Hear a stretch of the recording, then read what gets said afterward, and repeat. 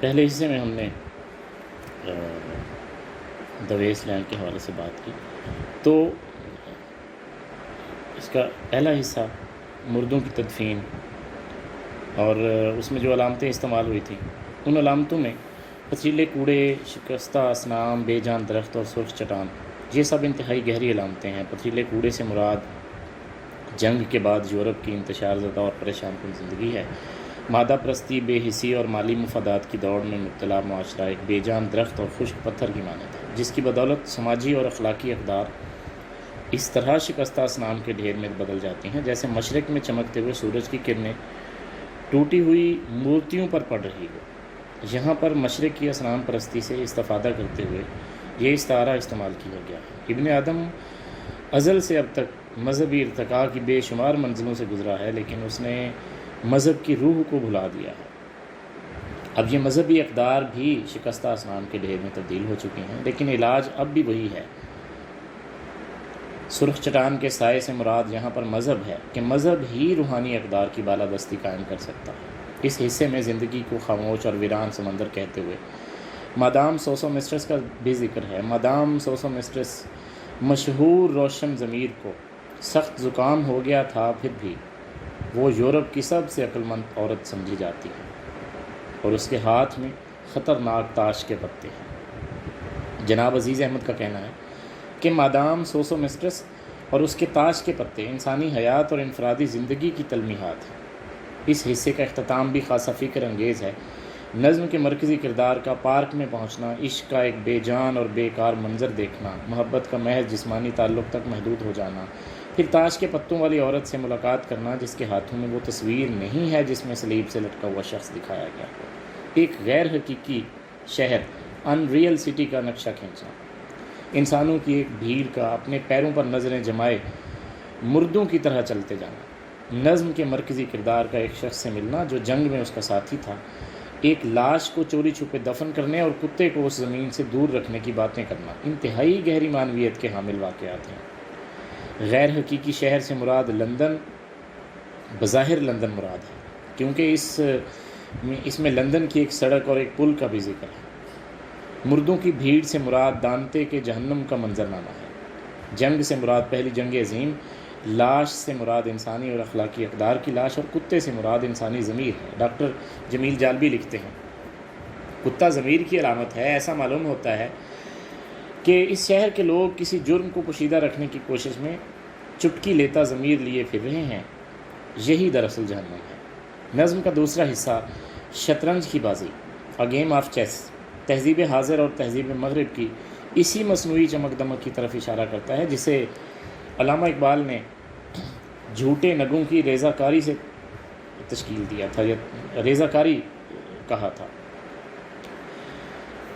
نظم ابتدا میں اسی جہنم یعنی یورپی معاشرہ میں ڈرائنگ روم کی مصنوعی اور پرتکلف معاشرت، اعلیٰ سوسائٹی کی عورت کی آرائش و زیبائش اور ناز و انداز، عیش پرستانہ ماحول، اور اس کے نتیجے میں زندگی کی بے مقصدیت اور میکانیت کو الفاظ کا پیکر عطا کیا گیا ہے۔ اور ایک زبردست منظرنامے کے بعد پھر جنگ کا ذکر، ماضی کی افسردہ یادیں اور مایوسی و پژمردگی کی کیفیت ہے۔ عورت جب مرد سے کہتی ہے کہ مجھ سے باتیں کرو، مجھ سے باتیں کیوں نہیں کرتے، تو نظم کا مرکزی کردار یہ جواب دیتا ہے، میں سوچ رہا ہوں کہ ہم لوگ چوہے کے بل میں ہیں جہاں مردوں کی ہڈیاں گم ہو گئیں۔ یہ شور کیسا ہے؟ دروازے کے نیچے کیا ہوا؟ اب پھر یہ شور کیسا ہے؟ ہوا کیا کر رہی؟ چوہے کا بل، مردوں کی ہڈیاں اور پرشور ہوا بڑے جدید استعارے ہیں جو یورپی معاشرے کی ابتر حالت کا نقشہ کھینچتے ہیں۔ یہ استعارے یورپی معاشرے کی ابتر حالت کا نقشہ کھینچتے ہیں۔ اس حصے میں ایک طرف سرمایہ دارانہ زندگی اور کلچر کی عکاسی، اور دوسرے حصے میں مزدوروں، پیشہ وروں اور عوامی زندگی سے تعلق رکھنے والوں کی خراب اور خستہ حالت کا ذکر کیا گیا۔ تیسرا حصہ آتشین واز، دا فائر سرمن۔ اس حصے کا آغاز دریا ٹیمز کے کنارے کے منظرنامے سے ہوتا ہے۔ سرما کا موسم آ چکا ہے، دریا کے کنارے کی ہنگامہ آرائیاں ختم ہو چکی ہیں۔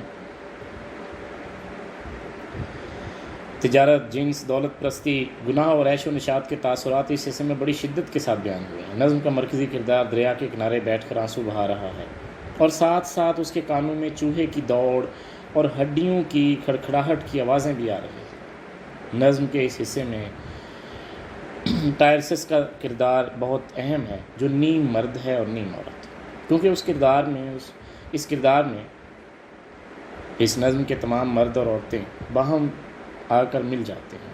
یہ کردار عورت اور مرد کے تعلق کے حوالے سے مختلف پہلوؤں کی نشاندہی کرتا ہے۔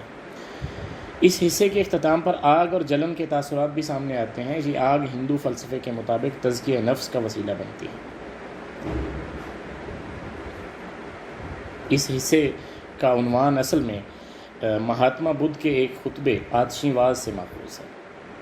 نظم دی ویسٹ لینڈ کا چوتھا حصہ پانی کی موت، ڈیتھ بائی واٹر، بے حد مختصر ہے۔ پانی کے خوف کو اس نظم کے مرکزی خیال میں نفسیاتی حیثیت حاصل ہے۔ عزیز احمد کا خیال ہے کہ اس سے مراد یہ ہے کہ جس طرح پانی کی موت بے کیف اور مہیب ہوتی ہے، اسی طرح اس زمانے کی زندگی بھی مہیب اور بے کیف ہے۔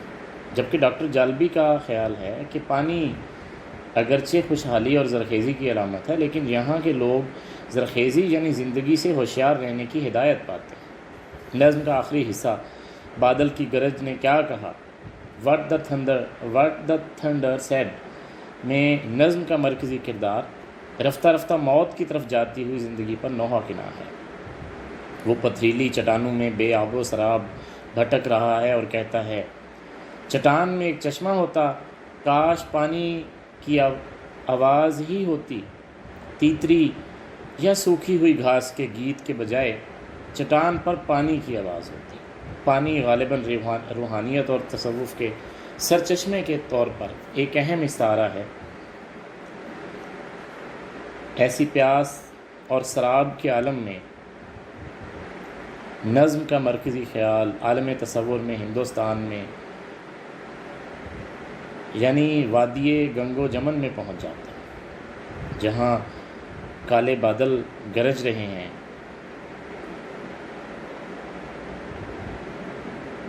اور ان میں سے مختلف صدائیں بلند ہو رہی ہیں۔ اس طرح قناعت و خود سپردگی، انسان دوستی اور نفس خوشی کی تعلیمات کے ساتھ ساتھ شانتی شانتی کہتی ہوئی یہ نظم خود ختم ہو جاتی ہے۔ یورپ کے انحطاط پذیر معاشرے کی منظر کشی، انسانی نفسیات کی عکاسی، جذبات اور موسیقی کے بہاؤ اور الفاظ و محاورات کے در و بست کے اعتبار سے یہ ایک عظیم موضوع پر عظیم تخلیقی شاہکار ہے۔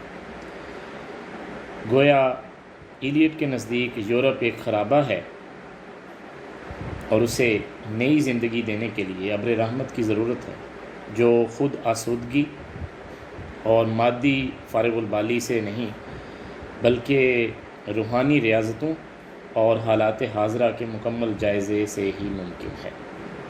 تو یہ تھی the Waste Land, T S Eliot کی نظم۔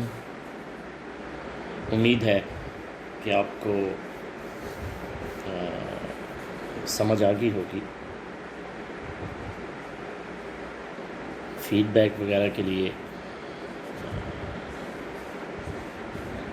کمنٹ میں اس کا اظہار کیجیے گا۔ اب اجازت دیجیے، اللہ حافظ۔